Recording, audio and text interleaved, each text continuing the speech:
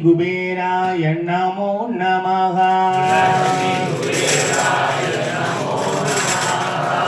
நம பார்வதி பதையே.